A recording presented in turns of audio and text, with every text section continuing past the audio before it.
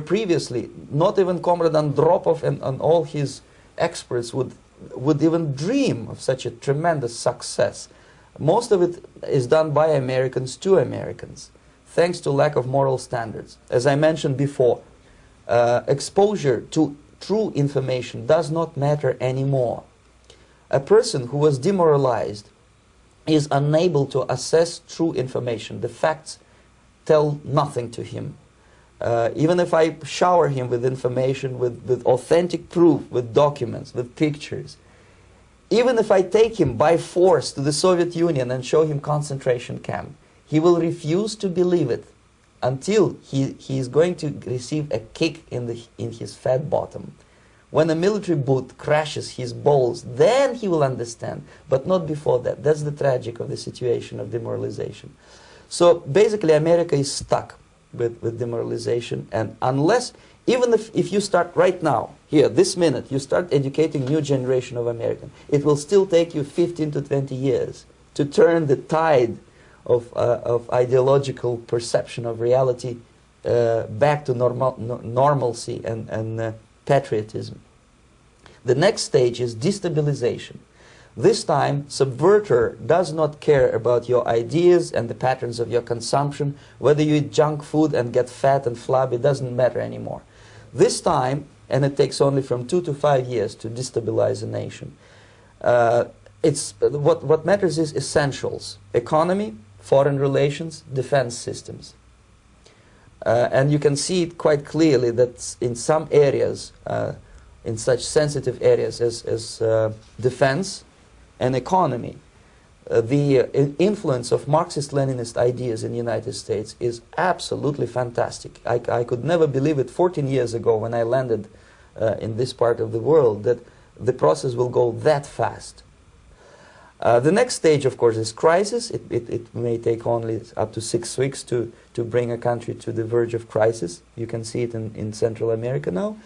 And after crisis, with a violent change of power, structure, and economy, you have so-called the period of normalization. It may last indefinitely. Normalization is a cynical expression borrowed from Soviet propaganda. When the Soviet tanks moved into Czechoslovakia in '68, Comrade Brezhnev said, "Now the situation in brotherly Czechoslovakia is normalized." This is what will happen in the United States if you allow all these schmucks to bring the country to crisis, to promise people all kind of goodies and the paradise on earth, to destabilize your economy, to eliminate the principle of free market competition, and to put a big brother government in Washington, D.C., with benevolent dictators like Walter Mondale, who will promise lots of things, never mind whether the promises are fulfillable or not. He will go to Moscow to kiss the bottoms of new generation of Soviet assassins. Never mind. He will create false illusions that the situation is under control. Situation is not under control. Situation is disgustingly out of control. Most of the American politicians, media, and educational system trains another generation of people who think they are living at a peacetime. False. United States is in the state of war, undeclared total war against the basic principles and the foundations of this system. And the initiator of this war is not Comrade Andropov, of course. It's the system. However ridiculous it may sound, the world communist system or the world communist conspiracy, whether I scare some people or not, I don't give a hoot. If you are not scared by now, nothing can scare you. But you don't have to be paranoid about it. What actually happens now, that unlike myself, you have literally several years to live on unless the United States wake up. The time bomb is ticking. With every second, the disaster is coming closer and closer. Unlike myself, you will have nowhere to defect to, unless you want to live in Antarctica with penguins. This is it. This is the last country of freedom and possibility. Okay, so what do we do? What is your recommendation to the American people? Well, the immediate thing that comes to my mind is, of course, there must be a very strong national effort to educate people in the spirit of real patriotism, number one. Number two, to explain them the real danger of socialist, communist, whatever, welfare state, big brother government. If people will fail to grasp the impending danger of that development, nothing ever can help United States. You may kiss goodbye to your freedom, including freedoms to homosexuals, to prison inmate. All this freedom will vanish, evaporate in 5 seconds, including your precious lives.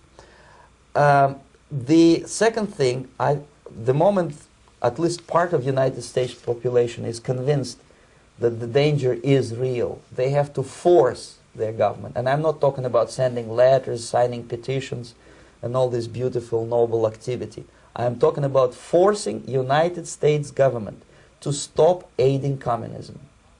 Because there is no other problem more burning and urgent than to stop the Soviet military-industrial complex from destroying whatever is left of the free world. And it is very easy to do. No credits, no technology, no money, no political or diplomatic recognition, and of course no such idiocy as grain deals to USSR.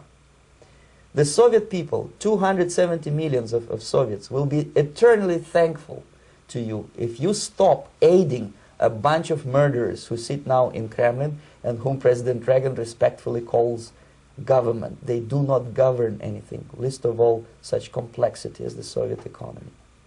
So two very simple, maybe too simplistic answers or solutions, but nevertheless they are the only solutions. Educate yourself, understand what's going on around you. You are not living at a time of peace. You are in a state of war, and you have precious little time to save yourself. You don't have much time, especially if you are talking about young generation. There's not much time left for convulsions and sexual masturbation to the beautiful disco music. Very soon it will go, just overnight. If we are talking about capitalists or wealthy businessmen, I think they are selling the rope on which they will hang very soon. If they don't stop, if they cannot curb their unsettled desire for profit, and if they keep on trading with the monster of the Soviet communism, they are going to hang very soon.